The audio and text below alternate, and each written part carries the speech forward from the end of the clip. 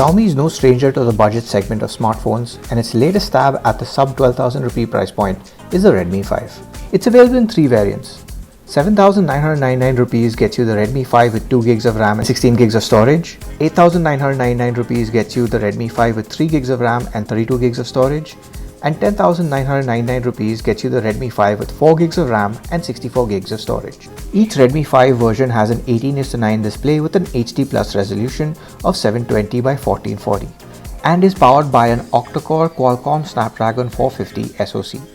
This makes it one of the cheaper smartphone ranges to sport this SoC. It's no surprise then that Xiaomi touts the Redmi 5's gaming prowess, promising an enhanced gaming experience thanks to the 450 SoC.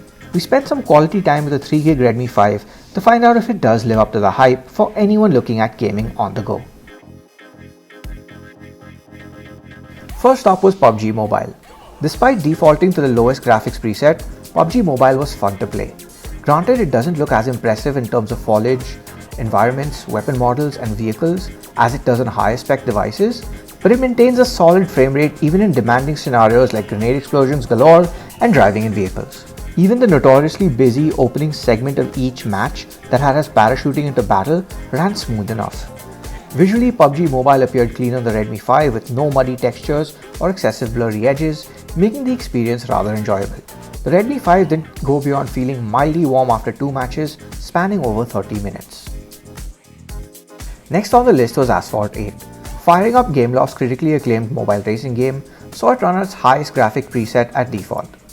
Given the level of detail on ASPHALT 8's cars, its varied environments, and generous light and rain effects, we expected the Redmi 5 to run it like a PowerPoint slide. The reality was anything but. Both ASPHALT 8's sunny Nevada track as well as its rainy take on Tokyo ran brilliantly on the Redmi 5. In terms of looks, there was nothing out of place, making it easy on the eyes. The fluid frame rate ensured crashing into opponents as well as performing stunts and last-minute turns were a cinch. In terms of thermals, the Redmi 5 barely broke a sweat.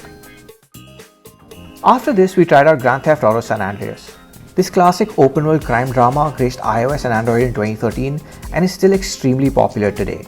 And much like our time with the game on the Samsung Galaxy S8, it suffered from some hiccups. Launching it for the first time saw it sport a weird aspect ratio with a portion of the screen blacked out. To fix this, we had to go into Redmi 5 settings and toggle off screen buttons using the Hide Soft Buttons option in the button and gesture shortcuts section. With that out of the way, we tried to play the game again.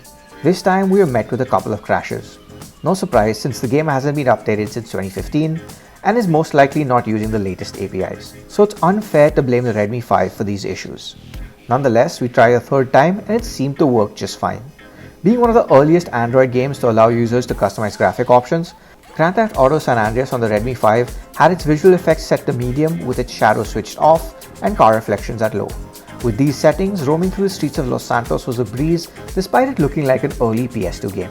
We tried our luck by increasing the visual effects to max, car reflections at medium, and shadows to the classic option, and we found it to be a better experience with sharper environments and greater detail with almost no penalty in terms of frame rate, making it the ideal way to play Grand Theft Auto San Andreas. Pushing any of these settings any higher, however, led the game to run at a crawl. Finally, we checked out Warhammer 40,000 FREEBLADE.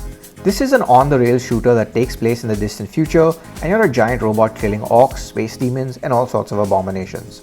High-resolution textures, special effects and a huge amount of on-screen action make it worth checking out on the Redmi 5. Simply put, gameplay was buttery smooth on the Redmi 5 with no stutter at all.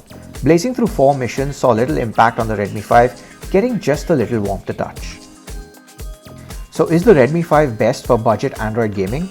Well, from the games we checked out, it's a worthy option. Unless of course all you play is Grand Theft Auto San Andreas, whose issues can be pinpointed to the fact that its creator Rockstar isn't interested in updating it any further. This aside, the combination of an efficient processor and a well thought out design make gaming a treat.